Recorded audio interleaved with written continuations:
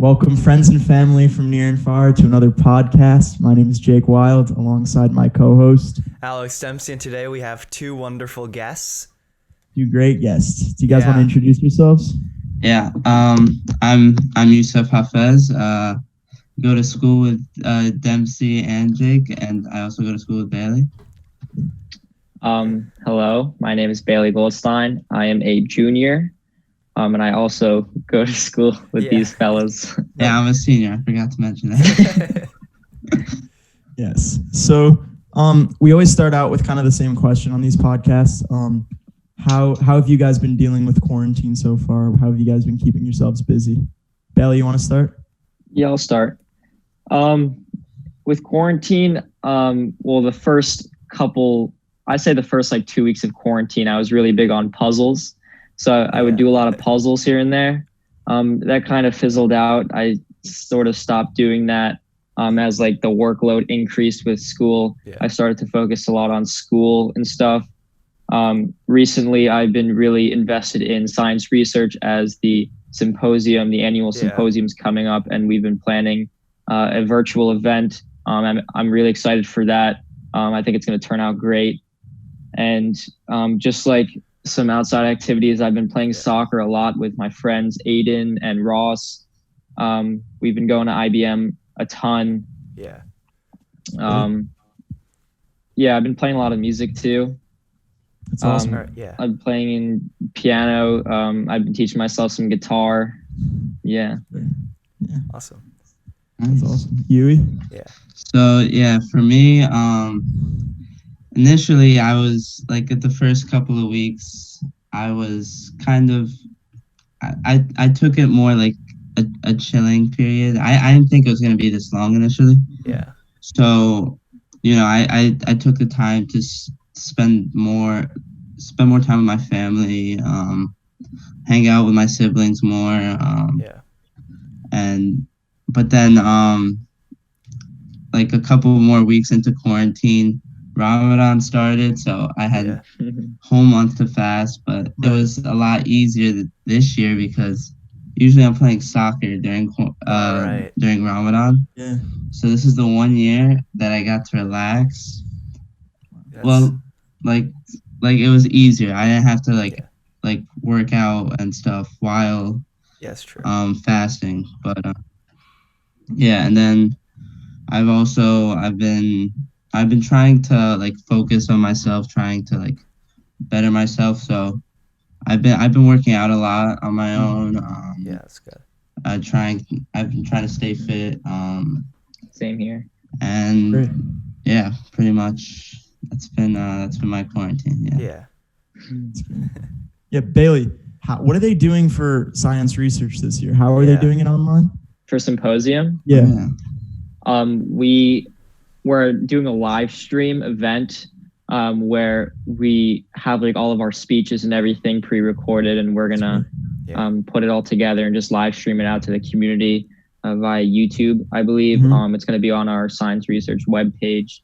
And then the second half of the event, which is normally in the cafeteria and in the classrooms where people present and stuff, we've had everyone make a video of their presentations. For seniors, they have presentations that they recorded on Zoom and stuff, and then juniors and sophomores, which had to create posters, they also recorded their poster presentations. And so we've essentially we made a Google site and put all those videos and just information about everyone on a Google site. And that's essentially where everyone's going to be able to view the work. And I mean, what's really interesting about this year is that when we found out that it was going to have to be a virtual event, no one was really down or bummed about it. I feel like everyone just took up that challenge and was like, okay, let's make this great. Everyone was really excited. And I thought that was really cool. Yeah, that's awesome. What was your topic again? Yeah. My topic is increasing photosynthetic efficiency so we can get more crop yields and more food production from the major crops that we eat. That's great. Have you been? Yeah. I was gonna say, what research have you done? What steps have you taken to kind of research this? A ton of my research kind of started sophomore year. My topics definitely evolved a ton over the years. Like, I'd say I finally got down on my topic like initially, probably like beginning of this year. So like my topic all of sophomore year was like completely different. I read like a ton of journal articles. I really invested myself in the research, like reading all the literature and everything. And my mentor has really been a great help with that. He's been sending me stuff. And then right now I'm just kind of preparing to do my data testing over the summer. Normally I would be going to the lab in Illinois, but unfortunately I can't do that this year. So what I'm doing is I'm growing my own crops in my garden, and I'm using that to test stuff. That's interesting. Yeah. You think that's going to be, do you think you'll find the same level of success in doing that? Honestly, I have no idea. I hope so. You have to try it. Yeah. But yeah. That's great. So to pivot a little bit into something that I think we both wanted to talk to you guys a little bit about is you guys were both varsity athletes. Yeah, for sure. Both playing soccer. Bailey, you playing tennis as well. So do you guys want to talk a little bit about this past season and how you guys had this season together? And you were lucky enough to have this season together for soccer. Do you want to talk about this past season? Yeah. Yeah, you can start. Yeah. Okay. So, I mean, this past season, we also had our doubts initially going into it, especially having like a home turf. Right. So we had to make sacrifices all summer because, you know, over the past years we've always been out on the turf all summer long. So we had to find new places to play, and so that was like already a challenge. But then I remember going into the season, we had just the expectations weren't high for us. Like we've always been like a successful like Byram Hill soccer team that's always you know, at least made it to like the semis, like pretty much. And the expectations weren't high. We weren't seated highly. We didn't have the best summer league. So going in, not a lot of people were confident, but I mean, we started off the season with a really tough win against Tappan Zee, and then that kind of got the ball rolling. And I think the thing that was most impressive about this season was how many people we proved wrong, and how we really made a statement this season, right? With the team, I know like everyone expected Rye, they were like the unbeatables in like this season, and we're the only team in Section 1 to beat them. Yeah, we're their biggest challengers. I think we proved a lot of people wrong, and I think it was definitely a memorable season. Yeah, 100%. So it seemed that going into this season, morale was pretty low. Was there anything that you did as a leader in specific to help boost morale and kind of get those wins against Rye and like all those other teams at the beginning of the season? I mean, it's not only from me; it's from all the seniors, all the upperclassmen. Everyone's saying like, yes, you could see the rankings, you could look at low HUD, but that doesn't mean anything. Like that's only a paper. Scores aren't written on papers. It's what you do on the field. Right. It's all up to that. You can't like just, you know, say, oh, we lost this game. I mean, low HUD predicted us to lose 2-1. That's it. Like they're the better team. It's all about what's done in the game, what you can do. You have to leave it all out there. And we had that. We created a mindset, like a winning mindset, every practice. This year, what was new that Alan and Coach S brought to the team was the pail. We had a pail where I heard about that. Where it was weird at first. Everyone was like, do you want to questioning it, but everyone was very skeptical about it. You want to explain that a little bit? Yeah, please do. Yeah, Bill, you could. I'll explain it. So the pail was, well, at first the coaches brought in this legitimate pail, like a worker's pail that you would put tools and stuff in, and everyone looked at it like, what is going on? Like everyone was so skeptical about it. We began to understand that, I mean, what defined like the whole idea of the pail and this year was that we were a blue collar team. We worked hard. We might not necessarily have had the best skills for teams in the past, but we were a very hardworking team. And I think that everyone had a role to fill on the team. So going back to the idea of boosting morale, I don't think one person was responsible for that. I think everyone, as they became more comfortable with the team and being a part of the team, everyone was just like willing to put in the work. And so this idea of this blue collar mentality was what essentially got the coaches to get the pail, and it became a symbol of, all right, who worked hardest in practice, in games it became more of like the player of the game per se, but it's like who played such an essential role that we couldn't have done this without, who put in that extra work that was recognized by the coaches. It just became something that everyone strove for. And yeah, it kind of defined our season, the hard work that we put in. Yeah. Bailey, did you find that your role, was this your third year on varsity, your junior year? This was my second year. Second year. Did you find that your role changed a lot on the team this year? I definitely think my role changed a lot. The first year I was on varsity, I was always sort of intimidated, to say the least, to go on the field, play with upperclassmen that were a whole lot bigger than me, faster than me. I was definitely like petrified to do anything wrong.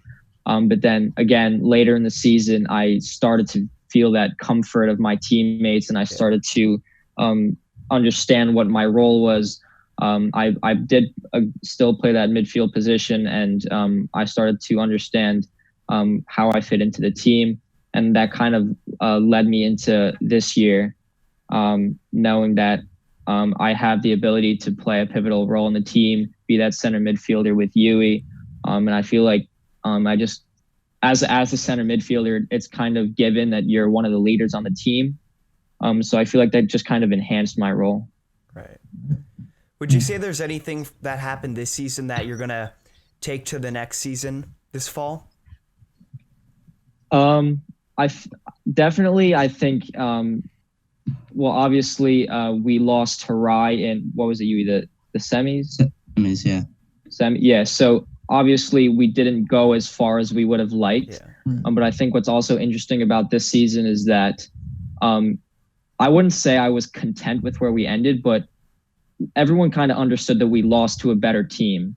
It wasn't like we could have really done much better to get that win, move on to stages we would have obviously liked to have been. So I don't think the mentality was that was a regretful kind of mentality, which is, I think really good. But it's definitely the fact that we got to the semis is definitely going to make us strive to do better in the future. Totally. That's a good way to look at it. Yeah, Yusuf, how did you, I mean, you're a senior mentor as well. You held, I think, a lot of leadership in the school. I think a lot of people I think a lot of younger people, not even just on the soccer team, but in the school, look up to you as a person. How did you feel that your role changed on the team this year as a senior? I know that you've been on the team for many years, but how did you feel that your role changed this year? Well, I knew going into this year that I had, not only me, but I had to step up as more of a leadership figure on the team. Like before, like I would say stuff in huddles, and I would say things to the team, but I wasn't the loud vocal person that you don't need as a leader, but it's good to have. But what I kind of learned something over the season about being a leader, which was interesting too, that I didn't need to scream or shout to be a leader. Like that's not what being a leader is about. It's totally people will like it. Being a leader is, it's about how you carry yourself. Right. It's more about, it's not something it's not a title.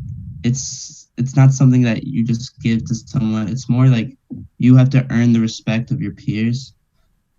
And once you earn that respect from your teammates, from all the players, that's kind of when you're a leader. That's when they look at you as a leader. They'll listen to you. They'll follow what you're doing. They'll see you as like a role model or something. And that's what I learned from the season, and it helped me become a better leader. I didn't have to be that screaming, shouting leader that like, I didn't have to do that. People. Yeah. I was more calm. Bailey, I was more calm, right? You were definitely calm. Like you wouldn't talk, but people would know what you were saying or thinking. Right. That's like what like being a leader was. Like you led by example. Mm-hmm. Exactly. Did you feel? Yeah, Yusuf. Did you feel like?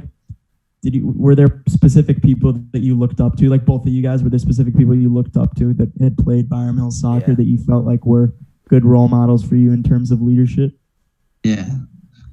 Definitely. I looked up to Ryan Noel for a long time. Just how he carried himself on the field. He was confident, but he also wasn't like a yeller too. Like he was calm, but the way he carried himself just made himself a leader. Just the way he played, the way he spoke to people. He didn't need to say much, but when he did, it was really impactful, and he could change a game in an instant. He was definitely someone I looked up to a lot. There were two people that I've always looked up to. One was Yui. Obviously, Yui is a very skilled player. I've always looked up to how he moves and how he reads the game. Just playing with him this past season, I've definitely learned a lot. And then another person I've looked up to, sort of more for the the type of character he is Robbie Waxman. Mm-hmm. Robbie has always had that voice, even though he wasn't a captain on his senior year. He played such a pivotal role, and he was looked up to as a leader. People saw him as a leader because he had that voice. He had that ability to sway anyone's decision. If we were down 2-1 in the game, he'd be like, "All right, guys, like this is our game. We're bringing this back." He was able to hype everyone back up. He was able to bring people back up. And I think just his overall character on the game was just something to aspire to. Yeah. So I actually have a question about what's the process to being chosen as like a soccer team captain? Like what's that like? You want to take it? You got it. Yeah. Okay. Yeah. Honestly, I would say that there's not much to becoming a captain. I think the only thing you can do is show your leadership abilities and your role on the team as much as you can. I mean, luckily I was just named captain for the next coming season. Congrats. Thank you. And I think it's just a statement of how like the role you fit into your teammates, and like how other people will listen to you. I know that specifically Mr. Allen tries to choose leaders from over almost the entire portion of the field. So like last year we had Yui, in the attacking we had Benji and Brian, sort of defensive. And even though Mulder wasn't really named a captain, he was a really essential leader on the team. So I think that just being captain is a statement of more of how can you like lead your teammates. But I don't think the title of captain really has such an effect to where other people are like jealous. I think that it serves to like push other people, and it gives that leadership, that father-like quality that people need. And I feel like everyone deserves to have some leadership qualities. Everyone can be a captain. So I really think it's just a statement of how you affect your teammates. Yeah, I think you hear a lot about how also like how a good coach can like change your life and change your mindset about things. Definitely. Do you guys both feel like Mr. Allen and Coach Az have like changed your mindset on things? 100%. Yeah. Definitely. They've impacted me. I've changed so much since freshman year because of them. I've grown up kind of. I've become more. I want to say more. They've developed me as a person in a way. They've taught me so many lessons over the years, and it's small things. Like one thing like that'll always stick with me that Alan emphasized for everything was like it's the little things just in life. And he said it's the same thing in soccer. It's the little things. Like he'll tell us put the cones away. Like that's something. It's a little thing. It's bringing the balls. Line to up the your field. bags. Yeah. Getting into 2 straight lines. It may not seem like it's an important thing, but those little things like really make an impact in anything you do, and it goes with life. Builds character. Yeah. Bailey, do you feel like you felt similarly? Yeah, I definitely learned a lot. Unfortunately, I've never had either of them as one of my teachers, but just being a player on the team, I've definitely learned a lot from them. I know Coach Allen loves to play mind games per se. Yeah. I know that he's a very philosophical and psychological person, where everything is just coordinated to such an extent that I've had this look on like the team and life when I was with him, just to rethink almost everything that I'm doing. I'm like, am I doing this right? I've really started to just overthink things, not in a bad way, but I've really started to just like realize think over what's going on and just have a second take on life per se. I think he's a very Coach Allen's very like psychology oriented person. Right. I guess that's his background. Yeah. Have you seen that definitely play like a big impact on the team and on the way he coaches? 100%. Again, yeah. There's so many instances where like all of the players are like what does he mean by that? Like he would like call the team for like a quick meeting, and everyone would be like freaking out, like, oh my God, what does he mean by that? Like there's just so many things that are just going through people's heads. It's also with everything too. Like when we're running, like during preseason, they'll say pick a number 1 to 10. So everyone's like, you could pick low. If you pick low, like say 3 out of 10, he'll say, okay, you'll do 7 of these. If you pick high, then you'll do 7. So we always went with the rule pick in the middle. The number in between, pick 5 all the time. Yeah, but also like whenever we would play a team, he would have us do things sometimes just to mess with them. It was interesting the way he like did things. He's like, we're gonna have the cones set up on the field, but no one go on the field. Everyone stay in the locker room. We'll have everything set up, and we'll have the music playing or something while the other team shows up on our field. So he did a lot of things like that, and it would work. I think it would just. The other team would like wonder like what is going on. And also like we gained that trust in him to be like, all right, like we have no idea what you're doing, but we trust you.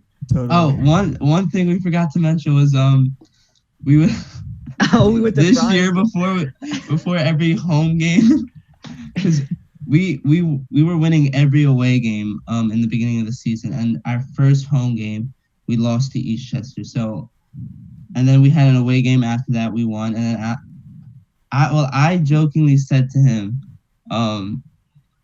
we should take a bus to our home game because we play better at away games, so we could treat it like an away game.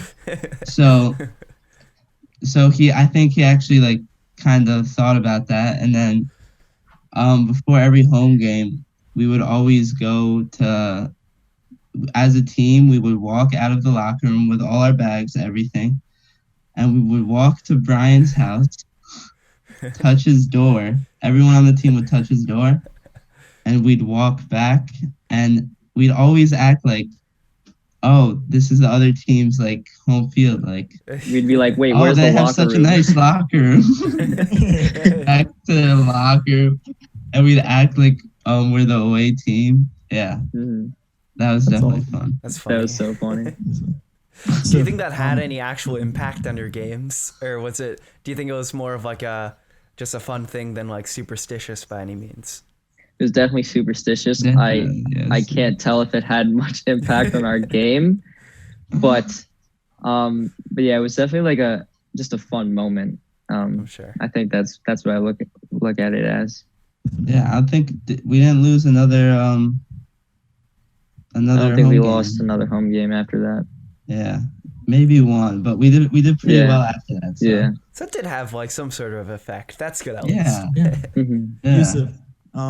Yusuf, I know you're continuing to play soccer at the next level. WPI, right? Yeah. Very Yeah. nice. Congratulations. Congrats. Thank you. Do you want to talk a little bit about that decision and about what you're looking forward to? Yeah. So,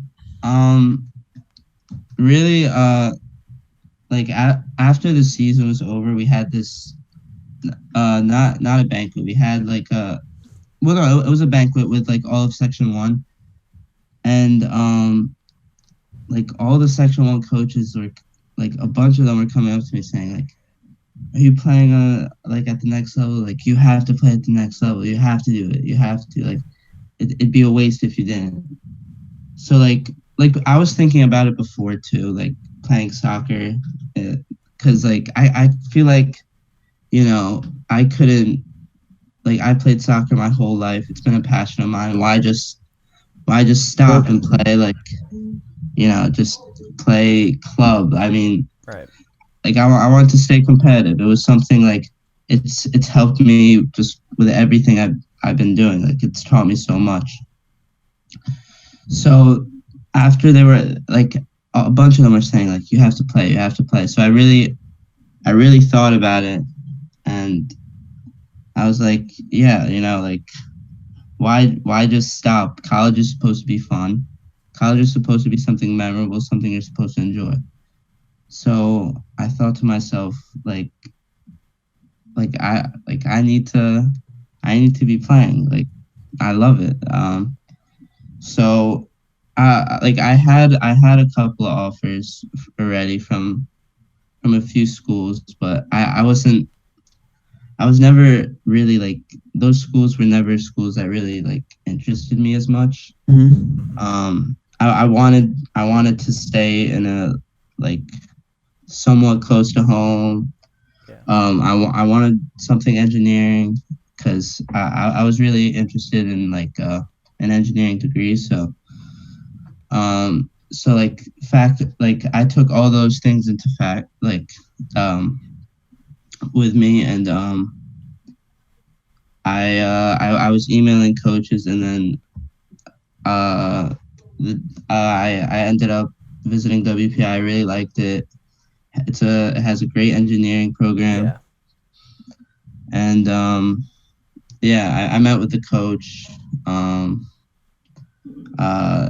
yeah, they have a strong program, like a community feel at the school, and I really liked it. So yeah. That's Bailey, awesome. Bailey, are you considering playing at the next level? I definitely am. I'm considering it. I don't know if I necessarily want to go to college for soccer, Right. but obviously, if I have the opportunity to continue playing soccer in college, Yeah. I'll definitely do so. Like Yui, I love the game. I love playing. Yeah. Just the sense of community on the field while playing is something I always want to be a part of. But yeah, I'm definitely considering playing the next level. Exactly, though, like what Bailey said, it's academics first. You have to, Mm-hmm. like, I'm not picking a school because of soccer. I'm picking a school for both. Right. Fit and academics. Yeah, that's the main priority, because that's why you're going to college. That's right. So, what is a legacy you guys would like to leave, Bailey, as you're going into your senior year, and as you go on to college, and Yusuf, as you go on to college? What's a legacy you'd like to leave? Maybe something that people wouldn't know about you, but something that's important to you. Ooh, you can go first. Okay. Jeez, it's a good question. Something. Wait. So a legacy or something people don't know. So kind of a legacy, and if it's something that people might not know, then that's good too. But just something that people don't. You want to leave behind. Yeah, something you want to leave behind. A lasting. Lasting impression. Yeah. So I guess I'd like people to, I guess, to know that I've always wanted, I've never taken things in life for granted. So I want people to whenever you're complaining about something or you're not happy with how your situation turned out, you have to look at that situation and say I have to be grateful for what I have and where I am right now. If we all have setbacks, we all have things that don't work out for us. We could get hurt or something, and you'll ask why does this have to happen to me? Why this?